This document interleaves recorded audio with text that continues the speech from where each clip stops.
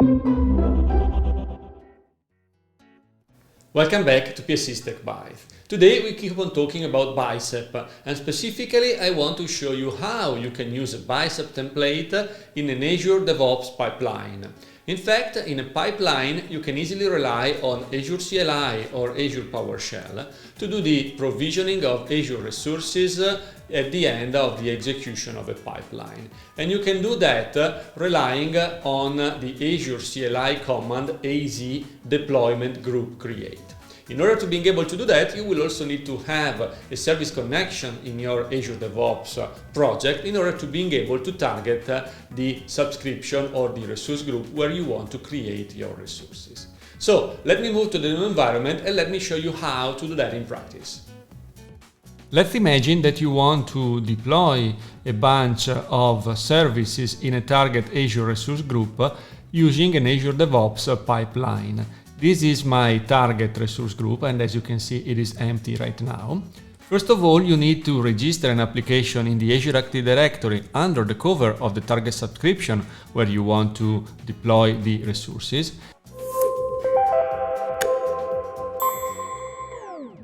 And you will have to keep track of the application or client ID, the tenant ID, as well as in the certificates you will have to create a client secret for that specific application or a certificate, up to you. And then you should also keep track of the name of your target subscription.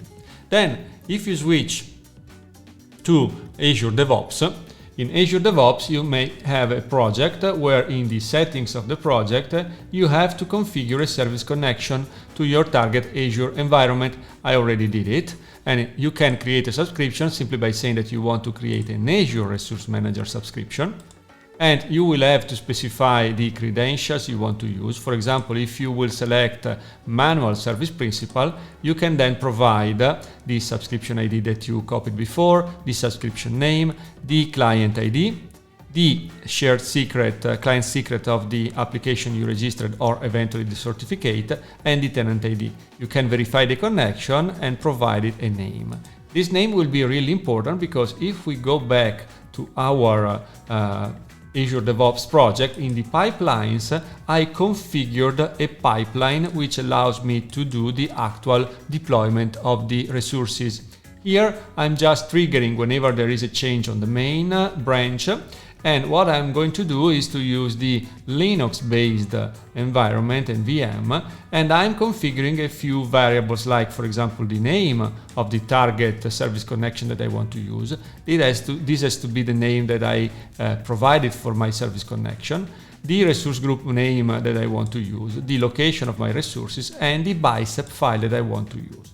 Then, using an Azure CLI version 2 task, I can simply execute the following Azure CLI commands, and specifically the AZ deployment group create, providing the resource group name, providing the template file, which is a file that I have in my repository, in the root of my repository, and it is the file that we saw last week in the previous episode of PSC Tech Byte. And then I can also provide a set of parameters which will be based on the variables that I have right here in my pipeline. So here I can configure my variable. It will be PSC Tech Byte 01, the resources prefix that I'm going to use in my provisioning. I can eventually keep it secret if it is a password or something like that. And then I can reference its value in the pipeline YAML file simply by using $ and the name of the variable. So right here I'm saying that the resources prefix parameter for my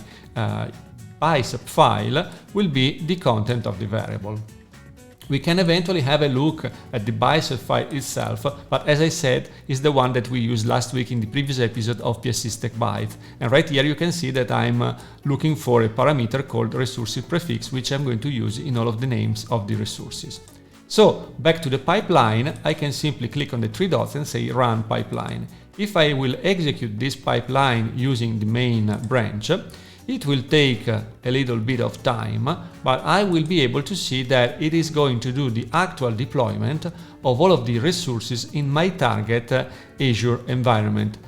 It will take a while, so I will slightly fade out and fade in just to save some time, and then we will see the result. the pipeline has been successfully executed, as you can see right here. So right now, if I go back to my action in the job, I can see the output. Here we are, and I can see the output and all the JSON template that got executed. And if I go back to my Azure resource group, we can see that here now, if I will refresh, I will have all of the resources created in my target resource group. Like always, thank you for watching this video. I hope you found it interesting, and I'm really looking forward to seeing you next week. Thank you.